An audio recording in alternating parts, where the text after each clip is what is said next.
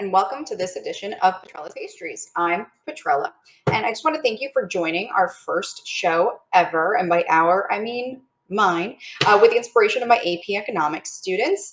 I was baking while they had an office meeting and had to pause to go and get my cookies out. So I said, hey, you know what? Let me do a live baking show.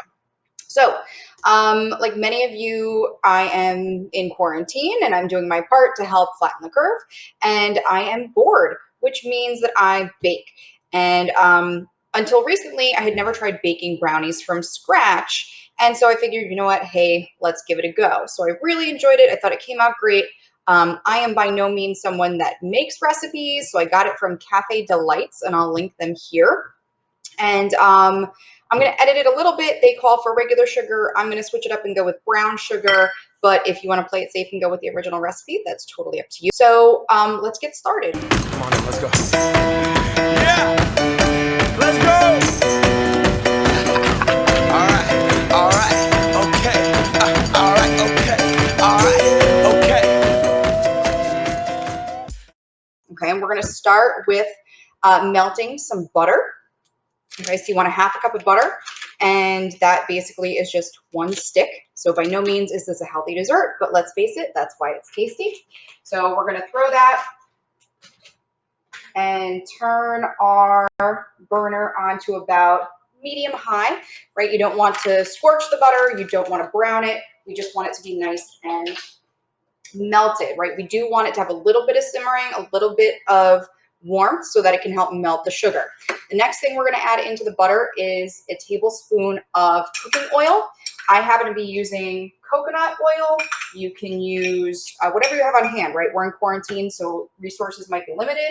If you've got canola oil, vegetable oil, even olive oil probably would taste pretty darn good because, you know, it's oil and it's a fat and that's tasty. So go ahead and drop that in there. And so we're going to let this cook a bit, just to the point of melting with a little bit of simmer.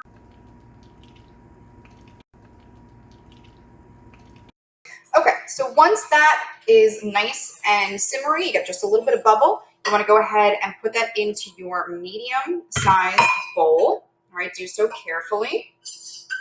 Hot butter will definitely burn you, and not to mention that, but make a mess if you spill it. So drop that in there, and then go ahead and add your sugar. Again, I'm going to use brown sugar. You can use regular sugar. It's totally up to you.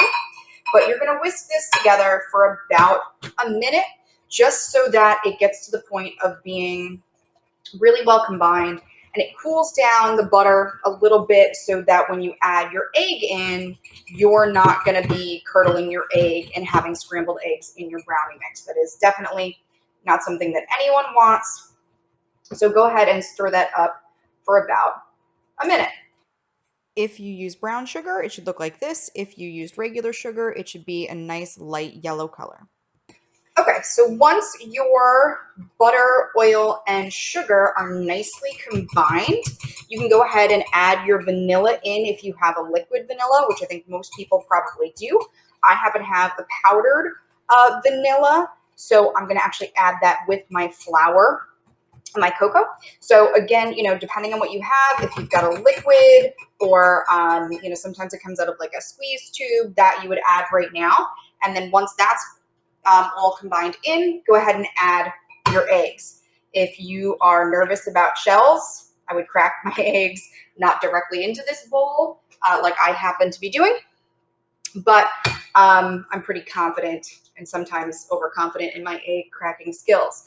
So throw that in there and then add those in. Make sure you start to combine pretty quickly. Again, the quicker you combine it, the quicker it'll cool down your butter and sugar and reduce the likelihood of your eggs curdling.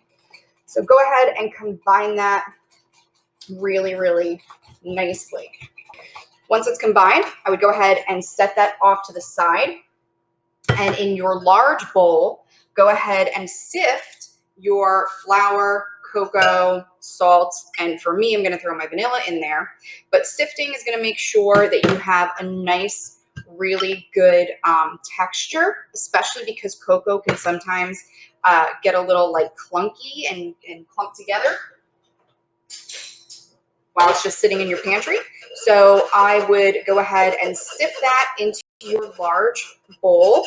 Okay, be careful because you can make a huge mess while sifting. All right, so make sure you have a good bowl to strainer ratio. You can also throw in your salt at that time, and for me, I'm going to throw in my vanilla. Now, I happen to like using special dark chocolate, whether it's Ghirardelli or Hershey's. They're both pretty good, but I don't know, I happen to be a dark chocolate fan. And so once you've got your dry ingredients combined, you can go ahead and add your wet ingredients. But the key here is that you do not want to over mix once they are nicely combined. So you want to get them just combined to the point that there's no lumps, there's no clumps, there's no extra flour out there, but you don't want to over whisk it or over combine. At least I don't want to, because I want a fudgy brownie, right? If you want a brownie that's a little more cakey, a little more air in it, then go ahead and whisk to your heart's content. But for me, I really just want to make a nice, super fudgy brownie. And that means I'll probably underbake mine slightly because I just think they're tastier that way. So you'll go ahead, you'll bring those together as quickly as you can without, throwing flour all over your house or cocoa all over your house. It's going to take a little longer to combine that cocoa because it can be kind of dry, but you'll eventually get there and get a nice, delicious batter that I eat, but you're not supposed to because of the eggs. That's up to you. You take that risk if you want to. Can't really risk going to the hospital right now, though, so maybe I'll skip that part. Once you're all mixed, it should look something like this, like a typical brownie batter. It shouldn't be much different than you're used to. So once you have your nicely combined batter, you're going to put it into your already buttered or hammed or whatever kind of a nonstick agent you want to use, but that should already be in your pan. Oh, and before I actually do that, I'm going to add my chocolate chips. This is an extra step that you certainly don't have to do.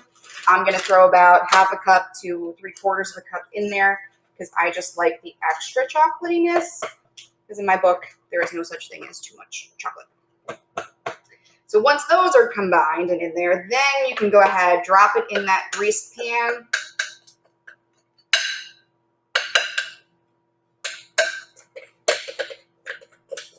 Okay, and again, it's up to you how much you want to actually scoop out and scrape out. And then just make sure that your batter is evenly distributed around your pan. And then once you're good to go, pop it in the oven. The recipe calls for about 20 to 25 minutes. Okay, so it's been about 28 minutes or so. Again, you want to check frequently with your toothpick, depending on how gooey you want it, how well done you want it, either when there's a little bit of goo stuck to it or if it comes out, perfectly clean. That's totally up to you. And so it's also up to you whether you want to wait till they cool or you want to eat them when they're nice and piping hot, which I'm a big fan of piping hot with some ice cream because that sounds delicious. So I'm just going to cut this up so we can kind of get a look at what we're working with. I'll also decide after this whether I like it with brown sugar or if I like just a traditional,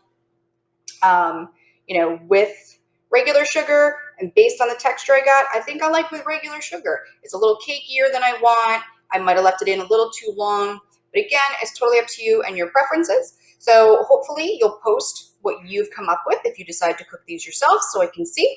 And I hope you enjoyed watching. Thank you so much and take care. Money, stay on my craft and stick around for those pounds, but I do that to pass the torch and put on